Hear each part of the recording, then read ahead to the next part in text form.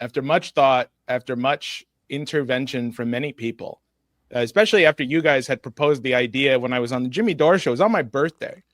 And there was an environment that was created after Charlie Kirk's death that I thought, oh, okay, this might paralyze people into being afraid so that they don't do anything political or that they don't come and organize. And there was an environment like that for a couple of weeks, I think, after that. And I realized, one, there needs to be some kind of bold action. And how do I continue to keep the intervention principle alive while also being a congressional candidate, while also realizing the two-party system and the Democratic Party is dead? And there were a couple of events that happened which kind of really solidified this. So first and foremost, it was Diane Sayre who had actually proposed this to me back months ago. So for those who don't know, in New York City, you're allowed to do a congressional race or any race where you can both run in the primaries and in the general election as an independent ballot line. And so given all the tools at my disposal where I am allowed to run in the primary, and given the fact that this is such a very unique situation where we have a hostile congressman to its own constituency, on top of the fact that you still have Palantir surveilling people, open war declarations against Venezuela, which are incoming at any minute now.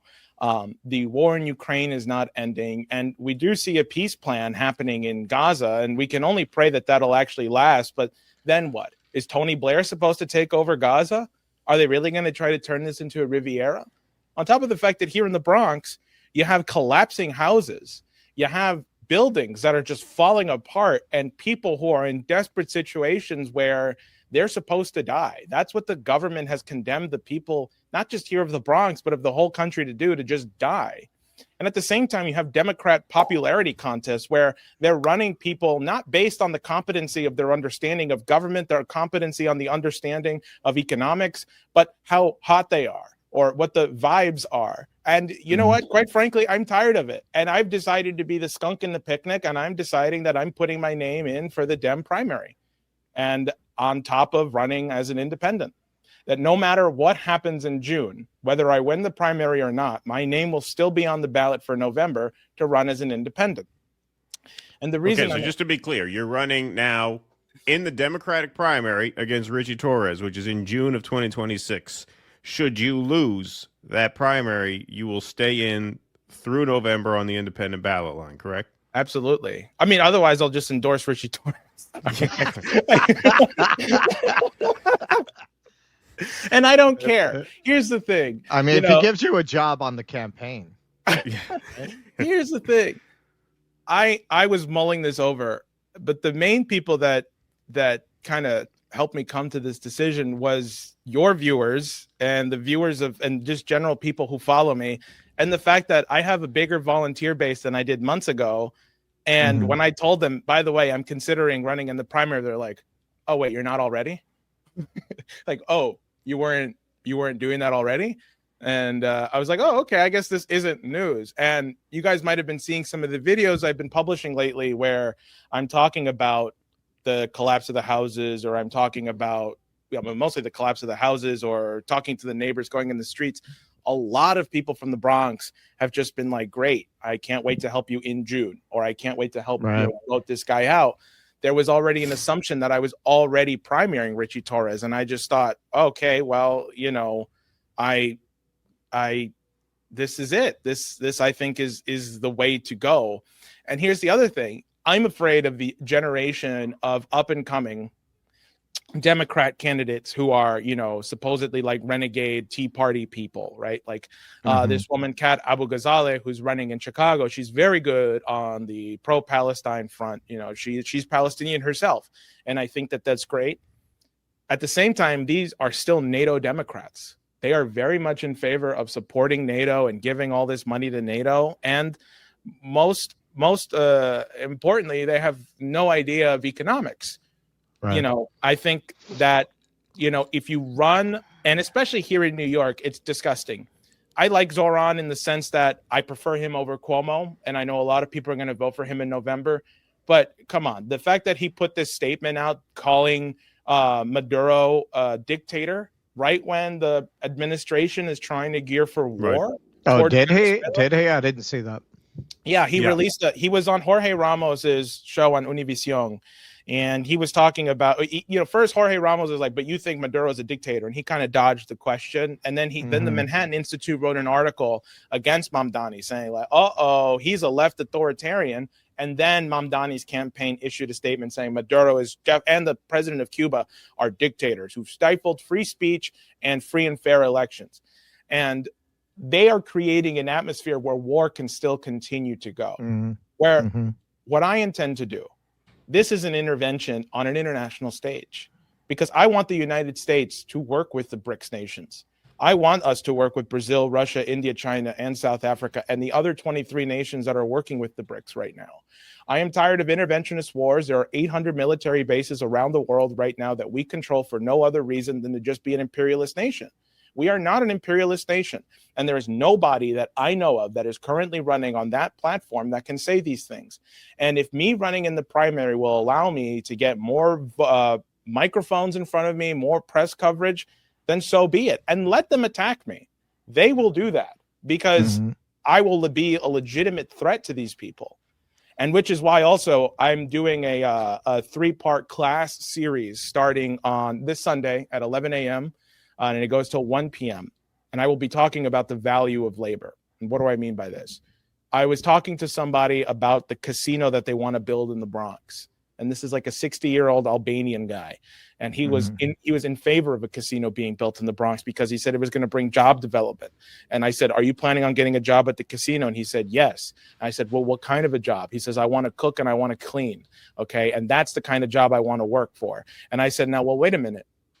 Why don't you want to cook and clean at a youth development center where we can give vocational skills to the young people that don't have an education and don't have a skill, so who are going to be learning how to build, and construct and develop fusion energy. We're going to be rebuilding your roads, rebuilding your houses, and working on international projects. And he said, well, that's a great idea.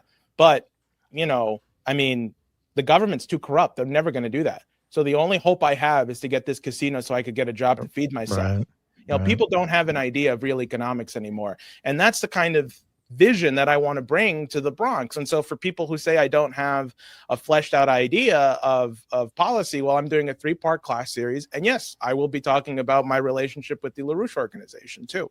And also, of course, why the American system of economics is my preferred policy platform, and why I'm basing everything off of, people like Matthew Carey, Henry Carey, Alexander Hamilton, Friedrich List, and LaRouche. And a lot of people don't know these names, and I'm happy to educate people. People can register on my website at votevega.nyc. We have an events page. And finally, we are doing our first in-person town hall November 2nd in the Bronx. Where TBD, it will be announced soon. So people should just sign up on my website to get the announcements for these things. But, I really urge people that now's the time to get involved. And now's the time to just intervene. This is a big intervention I'm doing. I am blowing up their popularity contest.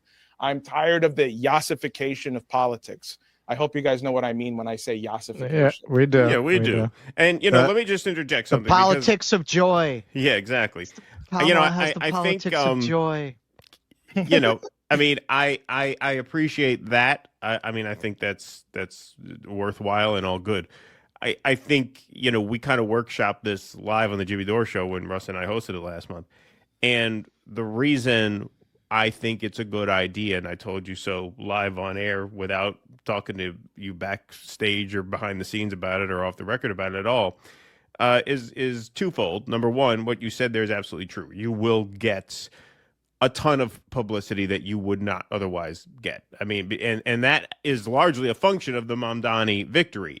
After Mamdani won the primary, there was speculation abound throughout the media. Okay, who's the next New York Democrat to face a serious primary?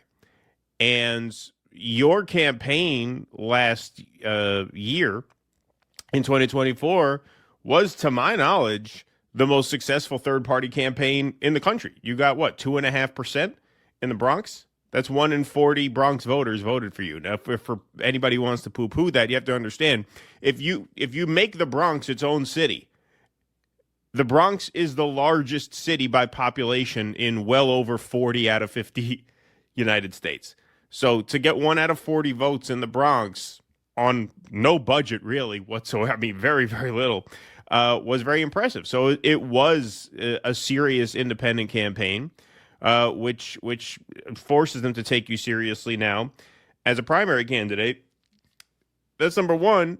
Number two is you get a second chance to win. That to me is the biggest reason to do it. Is now you have two chances to beat him because now you're in the primary and the general should you lose the primary. So if you lose the primary, let's say you get 20% in the primary, you could take those 20% of Democratic voters, add them into the independent coalition for the general campaign.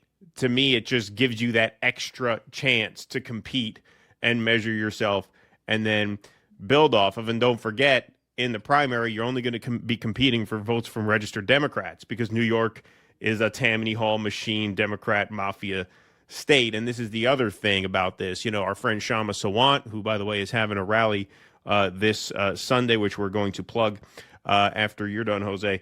You know, she has the best of both worlds living in Washington state where they have a jungle primary. So Shama gets to run in the primary and the general without running as a Democrat because it's a jungle primary there, which means all the candidates compete against each other in a primary, and then the top two advance to the general. So in a state like that, or in a state like California, you can do what you're doing Don't they do without... it like that in California, too? In California, too, yeah. That's where Katie Porter's running. So in a state like California or Washington that has the jungle primaries, you could do what Jose is doing without having to run as a Democrat because it's one big jungle primary anyway, so you get two chances there as well. In New York, unfortunately, it doesn't work that way. In New York, if you want to compete in the primary, you got to buy in because, like we said, this is a machine politics, very corrupt state that does everything it can to squeeze third parties out. So I think it's a good call. I know you're going to get some shit for it from some people. That's inevitable. But I think it's a good decision. Now, do you want to talk about some shakeups in the race that have happened since you decided to do this? Because we know of some things that happen very suspiciously timing-wise regarding other candidates jumping in based on speculation that you might be jumping in. That's certainly the way it looked to me. So when I can't talk too specifically, some of this stuff is legal, but basically what happened was when I first made basically for those, I'll talk a little bit about behind the scenes. I called Keaton and Russ and I was like, I had tears in my eyes after we did this video of me at Mitchell Houses. It had collapsed and I was talking to people. Oh, and the other thing too was that day that I filmed the video of me in front of the housing projects that fell, there were some people who were yelling at me saying, you elected officials only come here when tragedy happens. And, you know, I was like, see, this is the problem with having a clean haircut and being well dressed. You know, suddenly people think that like I'm an elected official. They think you have power. Yeah, right. And I was like, you can't reason with the mob at that moment because it's just, you know, they're just too. And it was like a war zone. Like this woman, it was a young woman and her mother. Their house, they can't go back to their house. They have no hot water anymore and they have no electricity. And she's over here yelling at me saying, I'm the problem. I'm the problem. And, you know, thankfully there was another guy who was there was like, no, mama, he's not the problem. He's not been elected yet. But, you know, but I called you guys because I was very emotional after that day because, you know, you realize like, it's not just Ritchie Torres. He's not the only problem. It really is the whole fucking party. You know, you have a whole city council that the Bronx is run by a Democrats. The Bronx borough president is a Democrat who's in favor of the casino being built. You have a Democratic congressman, you have a Democratic state legislature, and you have a Democratic governor. You know, like at the very least, you can blame the federal government and say the federal government is a problem. But you're telling me in a state where your whole party holds a majority, you're telling me the governor can't do something about this? You're telling me the mayor can't do something about this? Or the borough president can't be making noise about this? You know, instead, what the borough president is too focused on, oh, you know, let's develop the South Bronx and call it SoBro, and let's build luxury housing 2 blocks away from where the public housing is falling apart.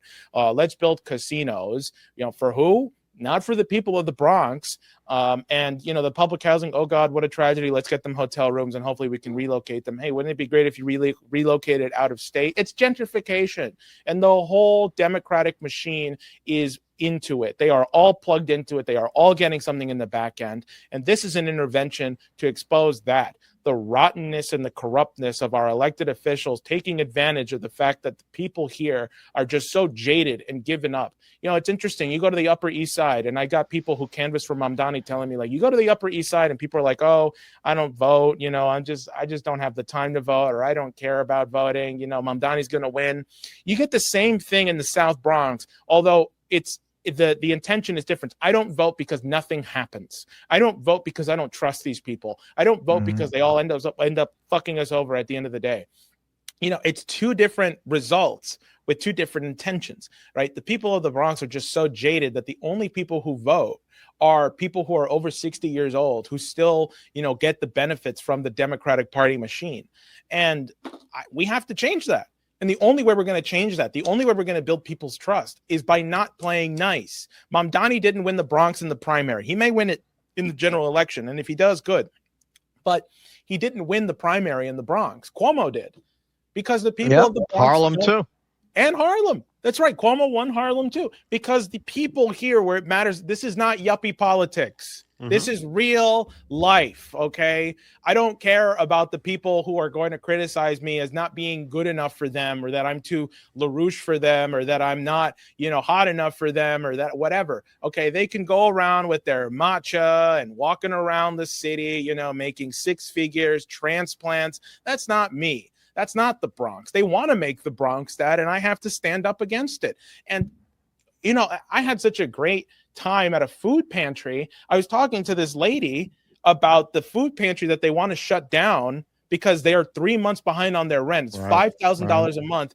And the thing on her mind was the Gaza flotilla, that they stopped the aid going to Gaza, that they intercepted the aid going to Gaza, and that she was tearing up at that. And the irony is we're there at this food pantry that may shut down because they don't have the resources to stay open. They are shutting down and they're killing the people in Gaza by denying them the aid, which still hasn't come in, by the way. I mean, they haven't let the aid in yet. I wonder when that's supposed to happen. Well, they haven't done the ceasefire yet. Israel's still bombing. They're still bombing them. Yeah, that's right. So and then you have the same problem here, where the poor people here are supposed to be killed off, pushed away, and then they build their Riviera here in the Bronx with luxury housing, with casinos, for Wall Street bankers to come and live and make this their paradise. And it's an international policy that has to stop. And the only way it's going to stop is if somebody stands up and intervenes here in the poorest congressional district in the country. And I have to use everything at my disposal. And that means coming in and jumping in the primary to get this shit straight, and also to inform people about what a real economy is. The borough president says, well, this is good for economic development. Economic development is not just giving people shovels in the ground. Let me tell you something. What matters more, $10 to build a whorehouse or $10 to the mechanic?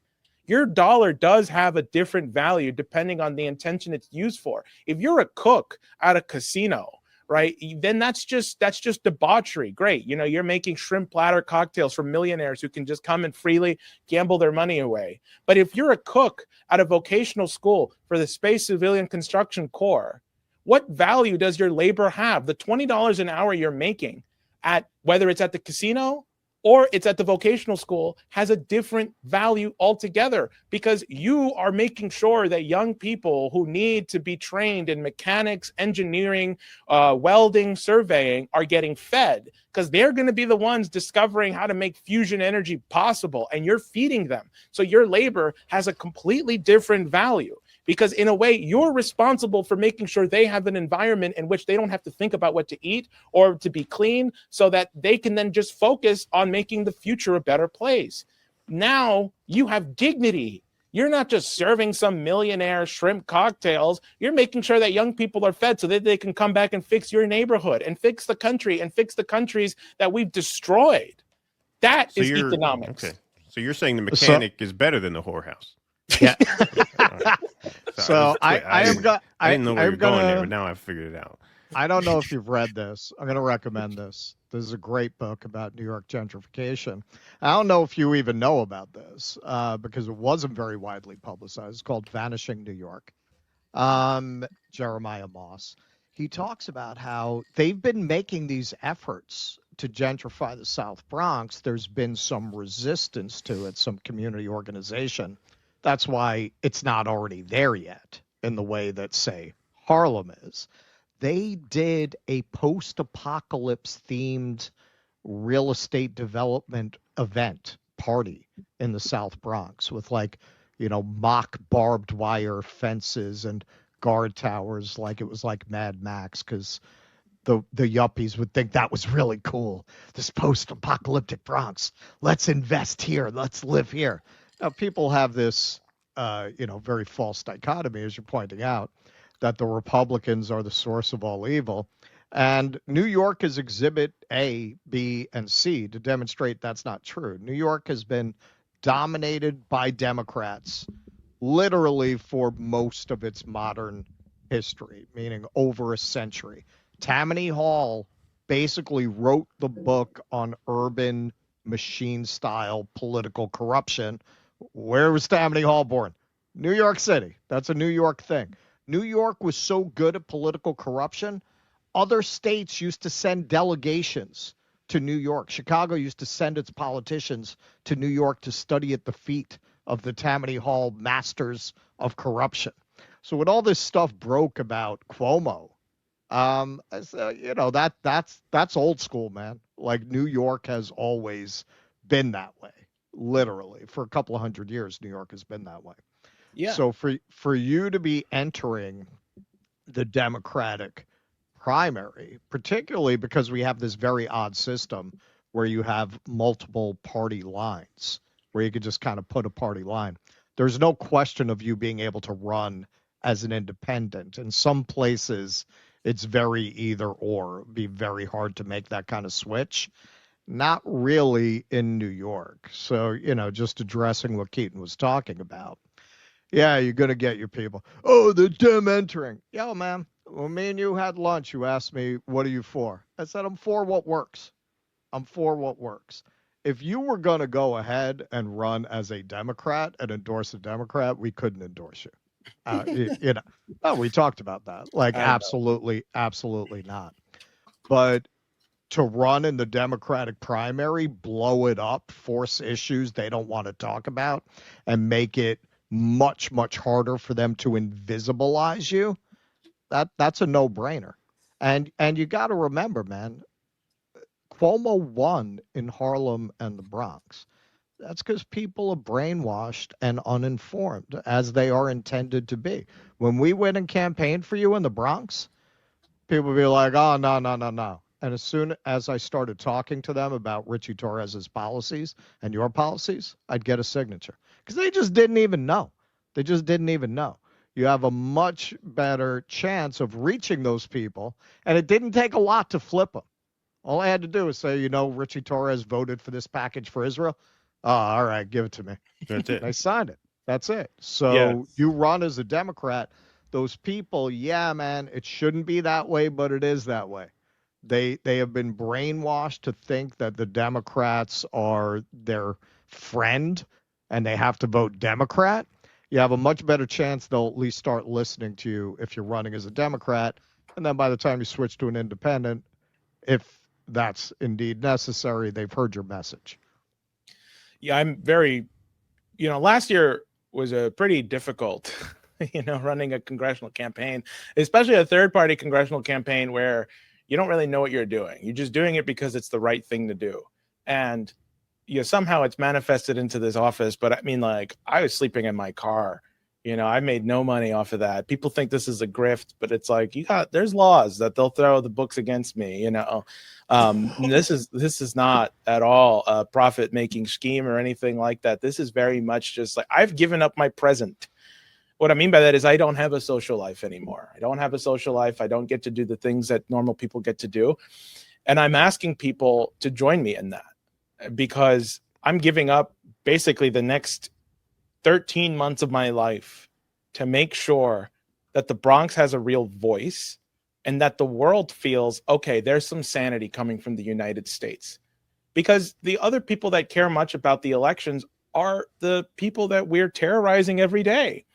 You know, I still think about this one image of a soldier in Ukraine, a Ukrainian soldier, and they found his phone next to his dead body, and the Google searches were something like Trump Putin peace talks. This was immediately after Trump was sworn in. Right. And there was blood covered on his phone, and he was concerned, like, did Trump and Putin meet for a peace deal yet? And his body was dead. You know, people around the world do care about these elections. This is no longer anymore about, you know, popularity. This is not about, you know, who is cooler, who gets to be here, who gets to make politics of joy possible. People will live or die based on who gets elected. You know, it's not an easy thing to even contemplate, and that only increases the responsibility of what all of us have to do. And I would just urge everybody that, you know, if you decide to get involved with my campaign, which you absolutely should, we have a bigger team than we did last year.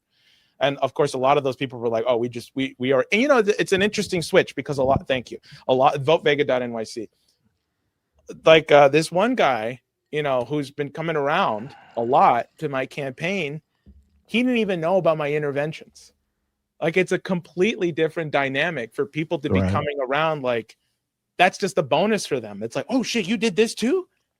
I was just here to help you because you're running against Torres and you're actually talking to the community. I didn't know you were doing this stuff too. You know, so it's like that's it. For the average person, yeah, especially in the Bronx, you show them a video of you screaming at Nancy Pelosi. These are not those yuppies screaming, "Get out of here! Get out of here! We didn't come here to talk to you." There ain't no people like that in that district, man. Like the people in your district are gonna like that. Well, that's the thing. And when you run in the primary, it's exposure to a different cohort, because now you're competing for high engagement Democrat voters, which is a different crop from the independent voter. We know that. We know that from going out and canvassing last year. We know that from our involvement with the campaign last year. Now, there is the argument to be made, well, is that your coalition? Well, what I would say to that is what I said the first time is you get to run two races. You get two shots at it, which means you get to build it one piece at a time. You know, in June, only the registered Democrats are going to get a chance to vote for you. And then if you don't get over the line there, then it opens up to the general population after having built a lot, I think, of name recognition based on this primary campaign. Because since Mamdani won, there's been wide speculation about who's going to primary these other Democrats, who's going to get primaried next. Is it going to be Goldman? Is it going to be Jeffries? Is it going to be Torres? And the thing about Torres is so odious that he is at odds with a lot of these squad members, which this is the other thing I love about the idea. This is just from a sort of like mischief standpoint. Not only do you put a ton more pressure on Torres because you're getting to face him twice, but you're also putting a lot of pressure on the AOCs. Like, what do they do? Imagine if AOC has to endorse you. That would be a funny development, right? But like, if you put yourself up there as someone who's like, she'll do it. I don't think she will, but this is the point, right? By not doing it, she's going to expose herself further because, hey, here's a Democrat who, I know you don't consider yourself a progressive per se, Jose, but on the Israel-Palestine issue, you certainly fit into that camp much more than Torres does.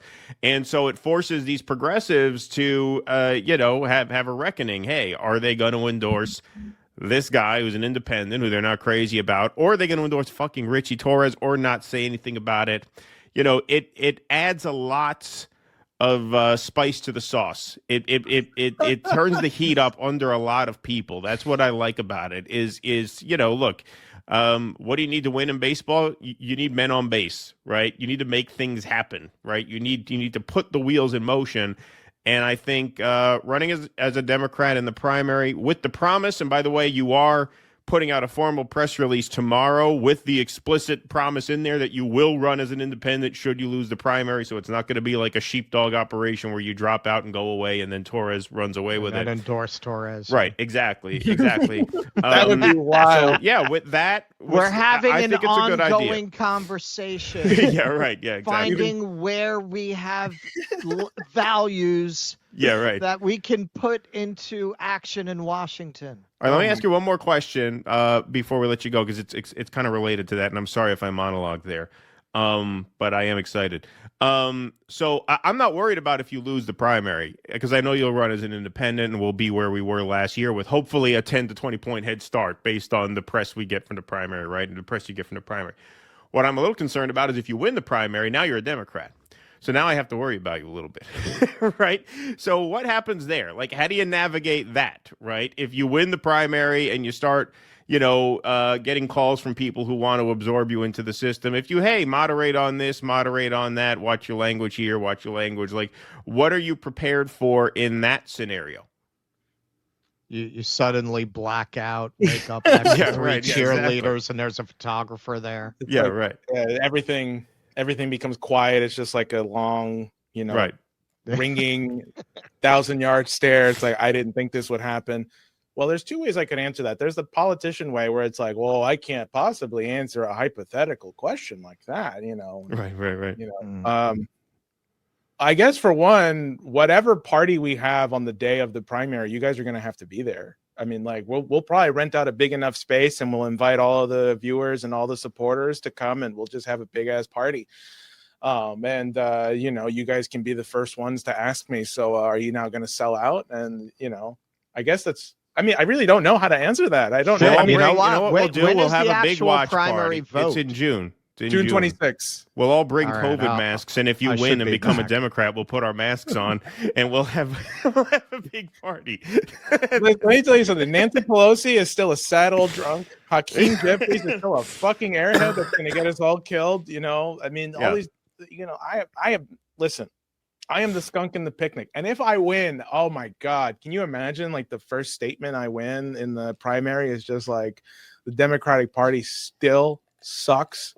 And I guess, I don't know. It didn't even cross my mind to think like I might actually win the. Yeah, what if you win? Well, that's the thing. That's the thing. I mean, it's that kind of an environment, man. You got the Mamdani momentum.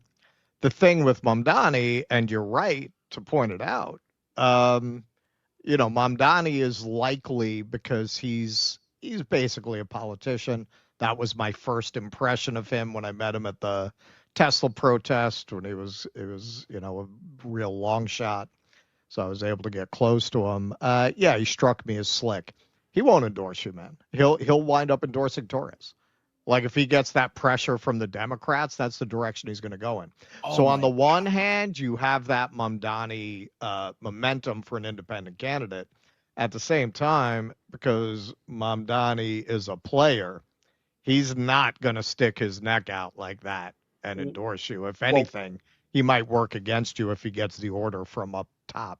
Or because they're going to run somebody else. I mean, I know they are. I know for a fact they might create another option because they've got some odious. Obama plant, who's not. Well, this is even what I was from asking here. you before. So I never finished the answer. That's right. I apologize, people. I don't evade. I tangent, and it's bad. I'm not a podcast person anymore. I have to think like a politician. Yeah. God, this fucking sucks being a politician. But we have to do. But the day that so it was the day I called you guys. I was crying. It was the whole thing. I was like, okay, I'm gonna do it. And I filed the paperwork, and basically we got some error back, and so the switch never happened. And then the same day we got the error back, somebody was like, "Oh, I'm exploring an exploratory bid." Like the day that it was supposed to be official was it was set back a few days because of this error. And they're like, "We're doing an exploratory bid." Not even an official announcement, just like putting your name. It's easy to file the paperwork. It takes 5 seconds to do it, and it's not official yet, but I think it is. I think it's possible that they might run somebody, and that's the person they'll be like, okay, this is the person we're going to endorse against Torres. And you know what? That's okay with me, because this isn't even about it's not just about getting Ritchie Torres out. I need people of the Bronx to know that somebody is actually out there fighting honestly for them, who's not going to give into the Democratic Party machine, that they can feel honest and transparent, that is honest and transparent, and say, okay, like this guy I know out of the other two is somebody who's just going to keep it real. And I appreciate the trust that you guys have in me for even letting me do this. You know, I remember when we were on the Jimmy Dore show and you proposed it, I was already thinking, am I going to have to do this? And I was sweating. My heart was beating out of my chest. And to hear you guys propose it first was like bricks off my... Yeah, look, bottom line is you have to do what makes Ritchie Torres the most nervous. Like, you have to do what makes him the most nervous. You have to apply maximum pressure. Right. You can't sideline yourself because you're afraid what, you know, some Twitter threads are going to say about you now being a sheepdog. As long as you're promising to run as an independent, should you lose the primary, then I don't think there's any risk of that. That's it. And that also makes it less relevant. Like if the DSA puts somebody up. Right. And I think you're right. I think it's very possible that the DSA runs somebody to give AOC an off ramp from endorsing you, because now she can endorse the other primary challenger to Ritchie Torres, right? And everybody else can do that too. So that's likely to happen. But as long as you keep that independent ballot line open for the general, it doesn't really matter if that happens. Yeah, like they're going to maybe cut into a few primary votes. But if your main play is, okay, use this to grab the headlines that you're challenging Ritchie Torres, and then you're going to take whatever support you accrue in the primary and get it to the general, where now the independents and Republicans get to vote. And don't forget, you probably get a lot of Republican votes, too, because Republicans are not competitive in the Bronx. Like, you'll be as competitive as any Republican in the Bronx, you know, for all intents and purposes. I think any, as long as it's logistically feasible in terms of the electoral rules of the state, I think any left candidate should do that. Yeah. Well, the only thing is you have to petition again. As long as you're going to run as an independent. Well, they do that. Every time you primary a Democrat, you should make it clear, oh, I'm into the election. I'm either running as a Democrat or I'm running as an independent. You're not getting rid of me. They do technically do that because, like Mamdani, for example, he's on the Dem line and he's also on the Working Families Party line. Right. Exactly. So you could take multiple party lines as it is. Now, as I understand, you were telling me, Jose, you would have to petition again separately for the independent line. We have to petition twice. That's the pain in the ass. But you have the infrastructure to do that. I mean, you did it last year. You could do it this year. Like, it's an extra hurdle. And like I said, this is what makes New York so difficult. This is why you have to do it this way. If you were running in one of those West Coast states with the jungle primaries, you wouldn't even have to do a Democrat primary because it's all one primary. Those are unusual too, though.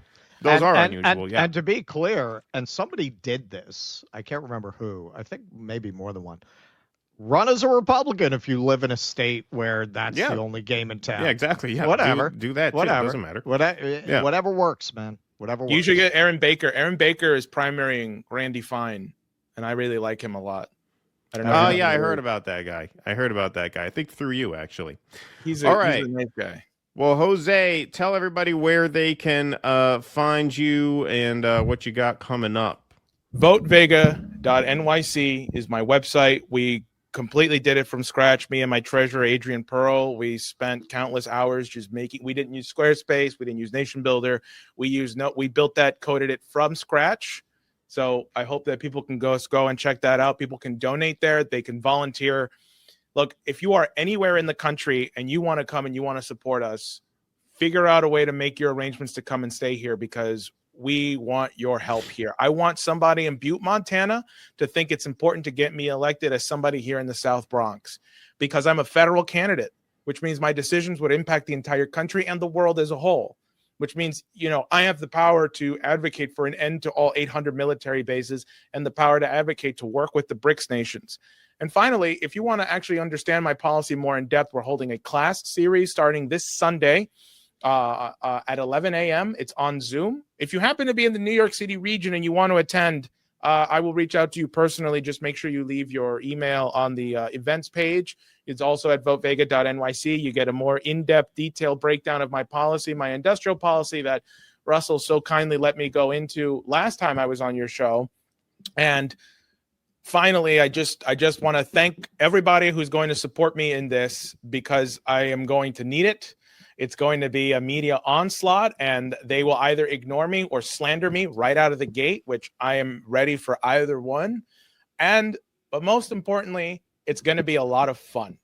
I think we're going to have a lot of fun. And I want everybody here to just have some fun. So if you want to work with us here in the Bronx, votevega.nyc. All righty. All Thank right. you, Jose. Thanks, man. Great to Thank see you, you Jose. again. Thank Good you. luck. We'll be in touch. Absolutely. You guys are having Richie Torres on as the next segment, right? Yeah, right. Yeah. So now he's coming on right after you. Yeah, he's got He wants to rebut all that. All right. I'm gonna have a sit down with you and then him at Sylvia's. It's Right, because Yeah, that's right. when we my Sharpton thing. Yeah. when the Yeah. primary's over and he wins again, we're gonna sit down, the four of us, you two, me, and Richie. We're gonna dialogue about how we can work together to bring something. Well, Russ does this with everybody. Russ is like the APAC of Harlem. You know, everybody comes to him and they give him their best pitch, and then he goes from there. 7,000, 7,000, 7,000. Yeah, right, exactly. All right, thank you, Jose. Appreciate it. Good to see you. Thank you. Please clap.